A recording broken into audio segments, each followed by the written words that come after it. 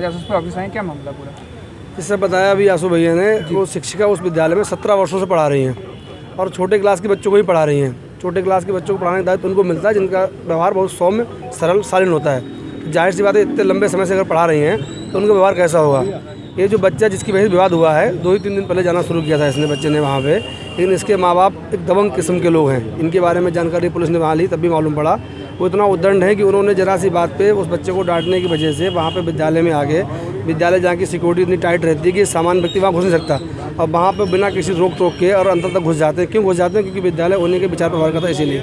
और वहाँ पर जाके इतनी निर्ममता से शिक्षिका को मारा है कि जो हम आपके सामने बयां भी नहीं कर सकते।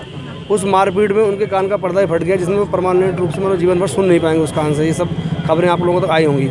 इतनी सब धृष्टता करने के बाद, इतना बड़ा खुरापात करने के बाद अभी तक ना तो वो गिरफ्तार हुए हैं वो दंपत्ति, और उनके खिलाफ जिन धाराओं में मुकदमा बनता था वो धारा भी लगाई गई। इस बात से हम लोगों के मन में बड़ा आक्रोश है कि यदि इस तरह की घटनाएं समाज में घटेंगी तो ये गलत चीज़ है, और ऐसे जो खुरापाती लोगों का उनको दंड नहीं मिलेगा तो आज उन्होंने हानि शिक्षिका को पहुँचाई, कल किसी और को पहुँचाएंगे हानि।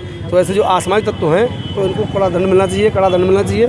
इसी मांग के साथ हम लोग यहाँ पे एसएसपी महोदय के पास आए हैं।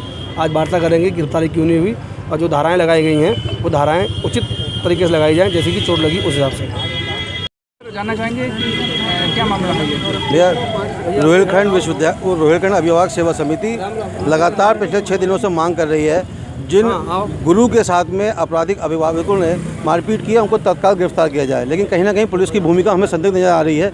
जहां धारा 326 लगनी चाहिए थी वहां धारा 325 लगाई गई है, और पिछले 6 दिन से लगातार पुलिस कह रही है हम दबिश मार रहे हैं, लेकिन वो बंदा अभी भी पकड़ से बाहर है। हमारी मांग है पुलिस अपनी लापरवाही छोड़ते हुए उनको तत्काल तरीके से गिरफ्तार करे। सर, आज एसएसपी ऑफिस आए, क्या मामला है पूरा? देखिए, 7 तारीख की घटना है। आज 6 दिन हो गए हैं। 7 तारीख को बिशप कॉनराड स्कूल में एक ईसाई दंपति जो हैं उन्होंने एक शिक्षिका की पिटाई की थी, केवल बच्चे को डांटने भरे के लिए।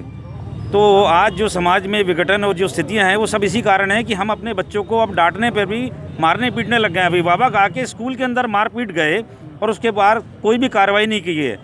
दूसरे दिन ही एसएसपी साहब से मिला गया था, उन्होंने कार्रवाई के लिए आश्वासन दिया था, लेकिन उसके अंदर धाराएं इतनी मामूली लगाई गई हैं कि उसमें गिरफ्तारी संभव ही नहीं है।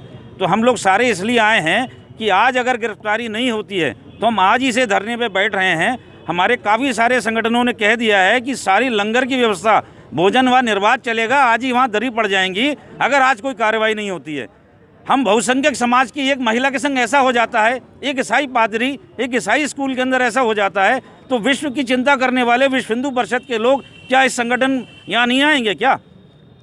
हम लोगों की स्थिति इतनी दयनीय बना दी, हमारी अपनी सरकार है। तो एसएसपी साहब से यही एक मांग के लिए आए हैं कि इसमें एक बड़ी कार्रवाई अपेक्षित है।